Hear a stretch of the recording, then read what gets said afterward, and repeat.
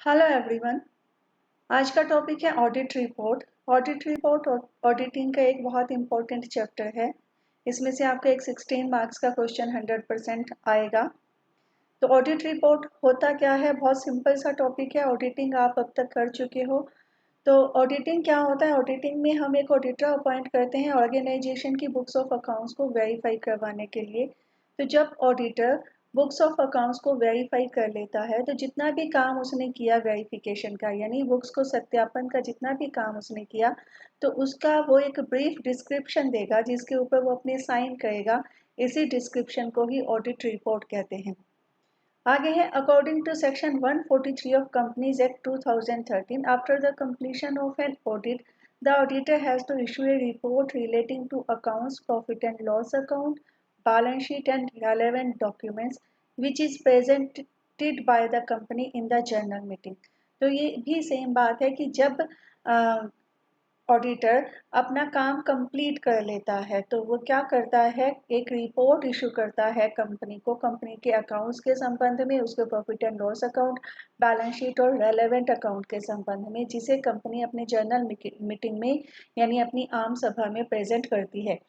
Therefore, after the completion of audit, the auditor presents a report in which he states his observation as a result of verification and his conclusion on the same। तो जैसे ही auditing का काम खत्म होता है, auditor एक report submit करता है जिसमें वो ये बताएगा कि उसकी ऑब्जर्वेशन और वेरिफिकेशन का कंक्लूजन क्या निकला। इसी रिपोर्ट को ही हम ऑडिट रिपोर्ट कहेंगे। ऑडिट रिपोर्ट किसी भी ऑडिटिंग प्रोसेस का एक एंड प्रोडक्ट होता है, यानी फाइनल प्रोडक्ट होता है। It is the medium through which the auditor express his view on the yearly account and other detail. ये एक मीडियम है, माध्यम है, जिसकी मदद से ऑडिटर अपने जो विचार है कंपनी के अकाउंट्स और बाकी डिटेल्स के संबंध में वो प्रस्तुत करता है। तो ऑडिट रिपोर्ट इन ब्रीफ क्या हुआ? Audit report is a summary of the verification conducted by the auditor. Auditor ने जो सत्यापन का काम किया उसकी एक समरी है audit report. The report also give details of all conclusions which the auditor conclude after the verification activity. जब ऑडिटर वेरिफिकेशन का यानी अकाउंट्स के सत्यापन का काम खत्म कर लेता है तो उसके जो कंक्लूजन्स होते हैं उसकी डिटेल ऑडिट रिपोर्ट में मेंशन की जाती है। If required, the auditor also give his views along with the issue of the report। यदि जरूरत हो तो ऑडिटर रिपोर्ट के साथ साथ अपने जो विचार हैं, राय है, वो भी देता है। ऑडिट रिपोर्ट को ऑडिटर साइन करेगा, यानी हर ऑडिट रिपोर्ट उसके द्वारा जो भी ऑडिटर होगा उसके द्वारा साइन की जाएगी। Concrete and precise information is received from the audit report। Audit report से प्रेसाइज इंफॉर्मेशन यानी सीमित इंफॉर्मेशन रिसीव होती है कंपनी के बुक्स ऑफ अकाउंट्स के बारे में। नेक्स्ट हम करेंगे importance of audit report. Audit report उन लोगों के लिए, उन पार्टीज के लिए बहुत इम्पोर्टेंट है जो कंपनी से संबंध रखते हैं। ऑडिट रिपोर्ट कंपनी की जो पिक्चर है, जो फाइनेंशियल पिक्चर है या उसके बुक्स ऑफ अकाउंट्स की पोजीशन है, उसके बारे में लोगों को बताती है। The main parties which benefit from the audit report are as follows. तो वो कौन कौन से लोग हैं जिनको ऑडिट रिपोर्ट का फायदा मिलता है? सबसे पहले आ जाता है इन्वेस्टर। इन्वेस्टर क्या होता है? वो लोग जो कंपनी में या किसी ऑर्गेनाइजेशन में अपना फंड इन्वेस्ट करते हैं, अपना पैसा इन्वेस्ट करते हैं। तो ये एक बेसिक ह्यूमन नेचर है। जब भी हम अपना पैसा इन्वेस्ट करते हैं किसी भी जगह पे, तो हम इंश्योर हो जाना चाहते हैं कि हमारा पैसा सुरक्षित रहेगा और उसके ऊपर हमें रिटर्न मिलता रहेगा, यानी प्रॉफिट या डिविडेंड मिलता रहेगा। जो ऑडिट रिपोर्ट है, the audit report help in increasing the confidence in the investor of the organization, and it on the basis of audit report only that the investor decide to invest in the organization। तो जो audit report है वो investor का confidence बढ़ाती है organisation के अंदर, और ऑडिट रिपोर्ट के बेस पे ही, यानी ऑडिट रिपोर्ट को देखते हुए ही कोई इन्वेस्टर डिसाइड करता है कि उसे किसी स्पेसिफिक ऑर्गेनाइजेशन में पैसा इन्वेस्ट करना चाहिए या नहीं करना चाहिए। ये थे इन्वेस्टर। इन्वेस्टर के लिए ऑडिट रिपोर्ट बहुत इंपॉर्टेंट है। सेकंड पार्टी जो है वो है शेयर होल्डर। शेयर होल्डर्स क्या है, वो कंपनी के ओनर होते हैं, लेकिन वो बहुत दूर दूर तक अलग अलग जगहों पे रहते हैं और बहुत सारी मात्रा में होते हैं, लार्ज नंबर में होते हैं। इसीलिए वो कंपनी की मैनेजमेंट में डायरेक्टली खुद से पार्टिसिपेट नहीं कर सकते। तो जो कंपनी है उसे मैनेज करते हैं शेयर होल्डर के रिप्रेजेंटेटिव। तो कंपनी को कौन मैनेज करता है? Company is managed by the group of representative selected by the shareholders known as board of director.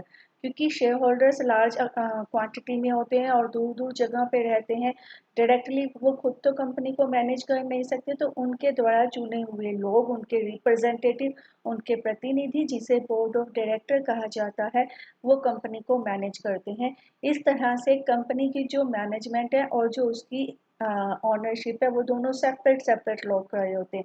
यानी उसके मालिक अलग हैं, उसको मैनेज करने वाले अलग हैं। Therefore, the correct information about the work done by the director is available to the shareholders from the audit report only. तो जो कंपनी के डायरेक्टर हैं, उन्होंने जो भी काम किया उसके बारे में सही सही इंफॉर्मेशन शेयर होल्डर्स को कंपनी की ऑडिट रिपोर्ट से ही मिलती है। The audit report gives the shareholders information about the completeness of ledger and accounts। Audit report से शेयर होल्डर्स को ये पता लगता है कि क्या कंपनी के लेजर और अकाउंट्स पूरी तरह से कंप्लीट हैं या नहीं है।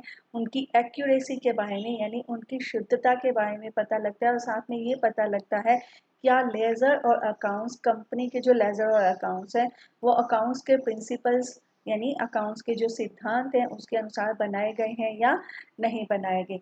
इसके अलावा कंपनी की जो प्रॉपर्टीज़ हैं उसके बारे में, जो कि बैलेंस शीट में बताया जाता है, और प्रॉफिट एंड लॉस में ये बताया जाता है कि कंपनी के जो एक्चुअल प्रॉफिट और लॉस हैं वो सही है या नहीं है। ये भी आपको ऑडिट रिपोर्ट से पता लगेगा। The right of shareholders are safeguarded by the audit report। Shareholders यानी अंशधारियों के जितने भी अधिकार हैं उसको ऑडिट रिपोर्ट एक तरह से सेव करती है। The report also disclosed the honesty and capability of the directors। Report से डायरेक्टर्स की ईमानदारी का और उसकी योग्यता का भी पता लगता है। Therefore, it is said that the audit report is an important document for the shareholders। तो इस तरह से हम कह सकते हैं कि जो ऑडिट रिपोर्ट है वो शेयर होल्डर्स के पॉइंट ऑफ व्यू से एक बहुत इम्पोर्टेंट डॉक्यूमेंट है। इसी इम्पोर्टेंस को ध्यान में रखते हुए जो कंपनीज एक्ट है उसने कंपनीज के अकाउंट्स की ऑडिटिंग को कंपलसरी किया हुआ है। तो जितनी भी कंपनीज हैं, कंपनीज एक्ट ने ये कंपलसरी किया हुआ है कि उसकी बुक्स की जो बुक ऑफ अकाउंट्स है उसका ऑडिटिंग करवाया जाए, ये मैंडेटरी है। थर्ड है डायरेक्टर्स।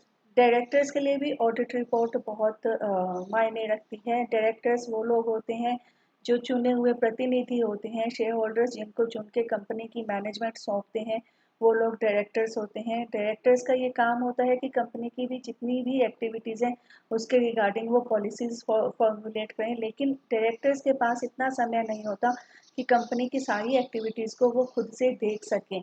उनका मेन काम क्या होता है? पॉलिसीज़ फॉर्मुलेट करना। इन पॉलिसीज़ के आधार पे ही कंपनी के जो एम्प्लॉयज़ हैं वो काम करते हैं। In such a situation, the director also want to know the extent to which the employees have done their work according to the policies of the company and their level of honesty and commitment towards their job।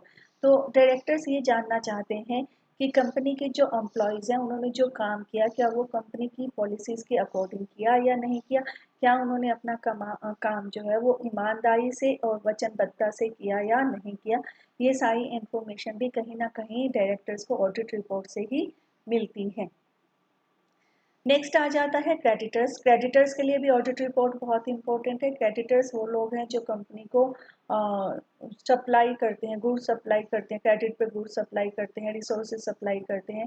किसी भी organisation के जो creditors हैं वो बड़े इच्छुक रहते हैं ये जानने में कि कंपनी की फाइनेंशियल पोजीशन कैसी है, क्योंकि कंपनी की फाइनेंशियल पोजीशन अच्छी होगी तभी उनका पैसा सेफ होगा। इसलिए क्रेडिटर्स ऑडिट रिपोर्ट के ऊपर रिलाय करते हैं, भरोसा करते हैं ये जानने में कि कंपनी की फाइनेंशियल पोजीशन या कैसी है।